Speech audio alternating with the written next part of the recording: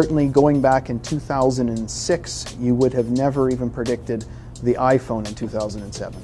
No one had ever expected that outside, of course, of the people making it in Apple. And so right now our challenge is to say, where do we want to be in 5 years, or maybe even where do we want to be in 3 years, and how is the best way for us to get there? To kind of put it in perspective, when we started Chinook, YouTube was just starting as well. And when we started Chinook, iPhones hadn't been invented yet. So there's been a lot of changes over the 10 years in technology, not only with the technology that's used, but how we use it as a learning organization. 10 years ago compared to now, how we integrate the technology into the classroom. Some of the programs we use are the same, some of them are different, but the big thing is that students are using technology way more now. Yeah, the great thing about the internet is you can find out that you're right about everything you're wrong about, essentially, because you can find anything on the internet.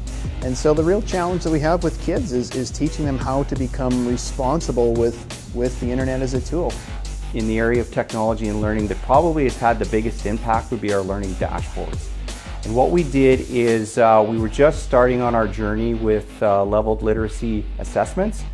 And so we needed a way to capture that and share that back with teachers to see how the kids were doing in their classrooms. And we went to web-based dashboards. Teachers could go in, enter their data on how the kids are doing in literacy and later math, and have a snapshot right away 30 seconds after they've entered it, how the kids are doing.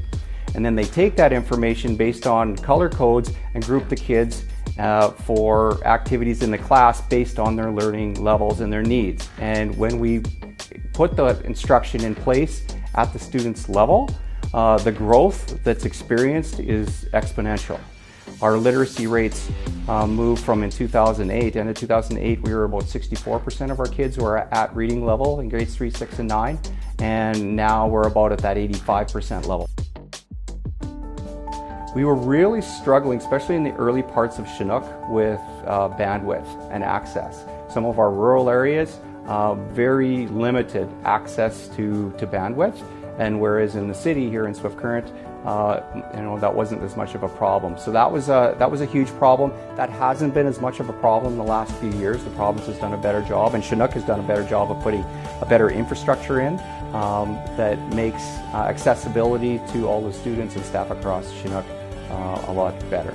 The way that society has evolved, I mean, technology is a big part of those kids' lives every day, whether we're here at school or not. So just introducing technology like this school division has is giving them a chance to kind of mesh both worlds for them, and it's given them the opportunity to, learn in a different way. It's allowed them to budget time a little bit better, understand the importance of, understanding digital citizenship. We have a digital citizenship course that we offer within our schools that kind of walk through the challenges and issues and some of the things to be aware of as a student and also as a parent. We have a very progressive school that way, and a kind of an innovative school, and the school division as a whole is a pretty innovative division, so I've always felt the support to try a few new things that way, and I've been given a little bit of freedom for trial and error, and we found some things that worked, found some things that didn't. It's a lot more independent. Like, it's not like when you're in the classroom and he gives you an assignment and then you have to do it and whatever and you hand it in and you talk about it a lot. It's like he gives you the Chromebook and he's like, you have these 3 assignments due in like a week, budget your time accordingly and try and get it done in that time, and you can do it at home or in the classroom. With technology, it's just been easy for me to be able to adapt my lessons into that technology spectrum and just allow them to see them being the students, to just see the importance of technology and be able to use it in a positive way and help them learn and use technology as a tool for learning and not just maybe for the sake of using technology.